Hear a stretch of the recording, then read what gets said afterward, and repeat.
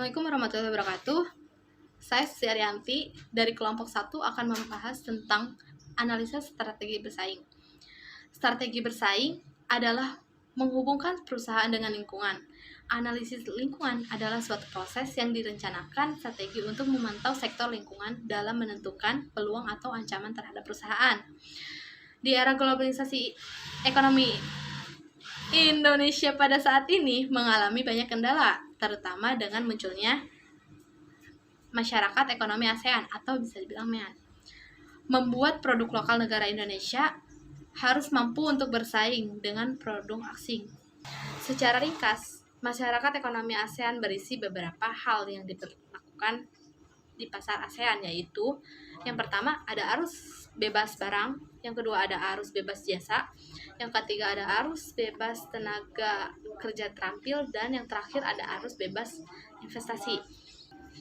Industri garmen merupakan sebuah industri yang menghasilkan produk pakaian jadi yang harus selalu update dengan tren yang banyak diminati para konsumen dari waktu ke waktu. Sehingga sangat penting bagi para pengamat industri garmen untuk turun langsung melihat tren apa yang sedang diminati dan mengembangkan ide-ide baru untuk terus berinovasi. Industri garmen ini di wilayah tertentu seperti Jawa Timur semakin berkembang karena menjadi pintu masuk utama wilayah Indonesia bagi Jawa Timur. Trans Surya Pacific merupakan sebuah perusahaan yang bergerak di bidang industri garmen.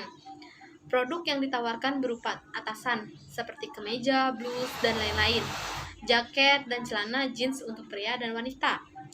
Produk tersebar di seluruh Indonesia seperti Jakarta, Bandung, Banjarmasin, Makassar, Semarang, dan lain-lain. Bagi PT Citra Surya Pacific untuk memiliki suatu strategis bersaing agar dapat menyayangi produk impor maupun produk lokal yang ada seperti Cardinal, Embark, dan Gabriel. Karena produk-produk tersebut sama-sama berada di departemen store yang menjadi tujuan pemasaran dari perusahaan dan membuat persaingan menjadi semakin ketat. Strategi bersaing juga penting untuk perusahaan dalam pencapaian tujuan jangka waktu panjang. Ada beberapa persaingan di dalam sebuah industri, tergantung pada 5 kekuatan pesaing tersebut. Nah, yang pertama itu ada potensi masuknya pendatang baru. Yang kedua, persaingan antara perusahaan sejenis.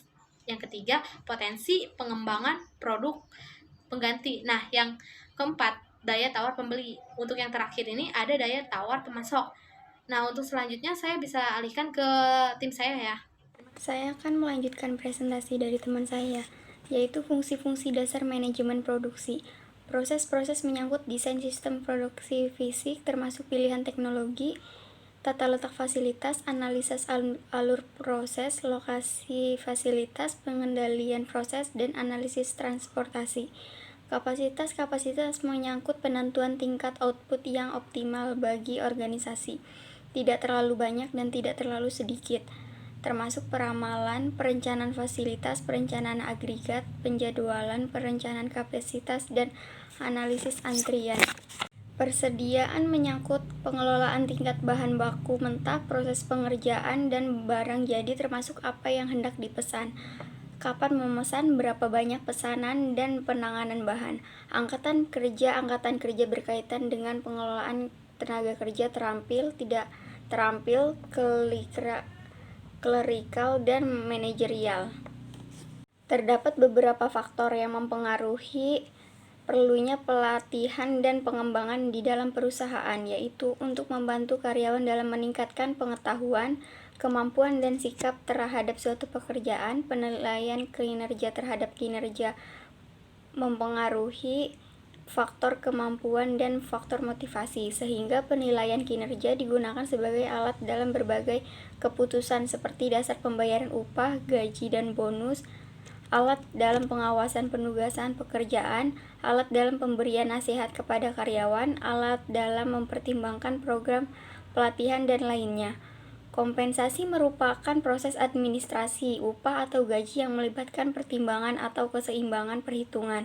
Dalam kepegawaian, hadiah yang bersifat uang merupakan kompensasi yang diberikan kepada pegawai sebagai penghargaan dari pelayanan yang mereka sudah berikan kepada perusahaan. Kompensasi yang diberikan kepada pegawai sangat berpengaruh terhadap tingkat kepuasan kerja, motivasi kerja dan hasil kerja. Kompensasi kerja dibagi menjadi dua macam, yaitu upah dan gaji. Upah berupa uang yang pelayanan kerja atau uang yang biasanya dibayarkan kepada pegawai secara per jam, per hari atau per setengah hari. Sedangkan gaji merupakan uang yang dibayarkan kepada pegawai atas jasa pelayanan yang diberikan secara bulanan. Kemudian metode penelitian, jenis penelitian yang digunakan pada penelitian ini yaitu menggunakan penelitian kualitatif deskriptif dengan metode penelitian kualitatif. Penelitian kualitatif adalah penelitian yang dimaksudkan untuk memahami fenomena tentang apa yang dialami oleh subjek penelitian, perilaku, persepsi, motivasi, tindakan, dan lainnya dengan cara deskripsi dalam bentuk kata-kata dan bahasa pada suatu konteks khusus yang alamiah dan dengan memanfaatkan berbagai metode ilmiah. Metode pengumpulan data yang digunakan dalam penelitian ini adalah metode wawancara semi-struktur. Metode wawancara semi-struktur adalah dengan cara menemukan permasalahan secara lebih terbuka, di mana pihak yang diwawancara diminta untuk memberikan pendapat terkait pertanyaan yang diajukan. Penelitian ini akan menggunakan triangulasi sumber, yaitu menguji kredibilitas data yang dilakukan dengan cara mengecek data yang diperoleh melalui beberapa sumber. Teknik analisis data yang digunakan dalam penelitian ini yaitu teknik analisis data kualitatif.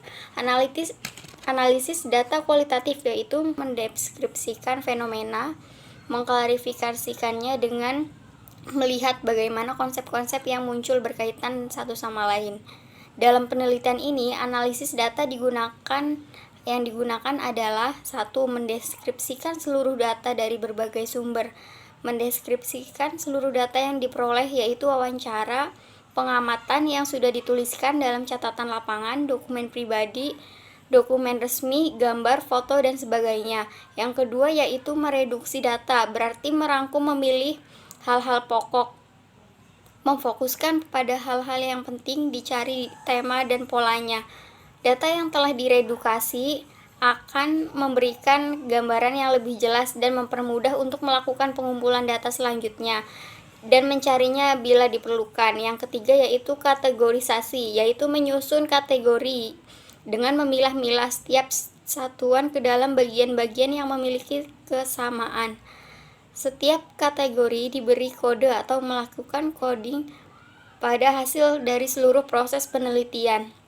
Yang keempat adalah pemeriksaan keabsahan data, yaitu menguji atau melakukan coding dalam hasil dari seluruh proses penelitian. Yang keempat adalah pemeriksaan keabsahan data, menguji keabsahan data serta memastikan bahwa data-data penelitian yang diperoleh benar-benar alamiah. Yang kelima adalah penafsiran data, dilakukan untuk menjawab rumusan masalah, yaitu hasil dari rancangan dari kategori-kategori yang telah ditemukan dan mencari hubungan yang muncul dari data. Baik, selanjutnya akan dilanjutkan oleh rekan saya. Dina Kurnia, saya akan melanjutkan presentasi dari Lutfi. Jadi setelah melakukan analisa matriks SWOT, dapat disimpulkan bahwa permintaan pasar akan produk itu sedang meningkat. Jadi untuk mengintervensikan produk itu dilakukan berapa upaya peningkatan pangan pasar untuk produk yang ada saat ini melalui upaya-upaya pemasaran yang lebih baik. Penetrasi pasar dilakukan ketika pasar saat ini belum jenuh dengan produk yang didukung dengan kondisi perusahaan yang saat ini sedang mengalami peningkatan permintaan dan juga konsumen saat ini yang dapat ditingkatkan serta meningkatkan skala ekonomi di industri, mendukung kondisi perusahaan saat ini maka sudah cukup dikenal masyarakat, sehingga brand perusahaan sudah cukup dikenal oleh masyarakat. Namun karena perusahaan masih kurang lebih banyak dilakukan kegiatan emosi dan iklan-iklan, barang melalui online, dapat juga memasang iklan di internet, melakukan perubahan dalam sistem pembayaran. Nah, di sini juga diperlukan oleh perusahaan-perusahaan karena pengembangan produk mengupayakan peningkatan penjualan dengan cara memperbaiki atau memodifikasi produk yang ada saat ini. Nah, perkembangan produk dilakukan ketika industri mengalami pengembangan teknologi yang cepat, didukung dengan industri garmen. Perusahaan yang cepat didukung dengan produksi garmen. Di sini saya ingin menyimpulkan dari materi yang sudah dijelaskan oleh teman-teman saya tadi, yaitu produk dari PT Citra Surya Pasifik ini merupakan produk dengan pangsa pasar menengah ke bawah, di mana dapat diartikan bahwa produk bersaing dengan banyak sekali produk. Kesimpulan yang bisa ditarik dari penelitian yang sudah dilakukan pada perusahaan sesuai dengan masalah yang ada, yaitu berdasarkan analisis lingkungan internal yang menunjukkan bahwa kekuatan perusahaan yaitu ketika perusahaan selalu memantau keinginan konsumen melalui survei pelanggan. Perusahaan memiliki pemasok bahan baku yang terjamin. Perusahaan selalu melakukan kontrol kualitas terhadap hasil produksi, dan perusahaan bekerja sama dengan retail dan toko grosir ya.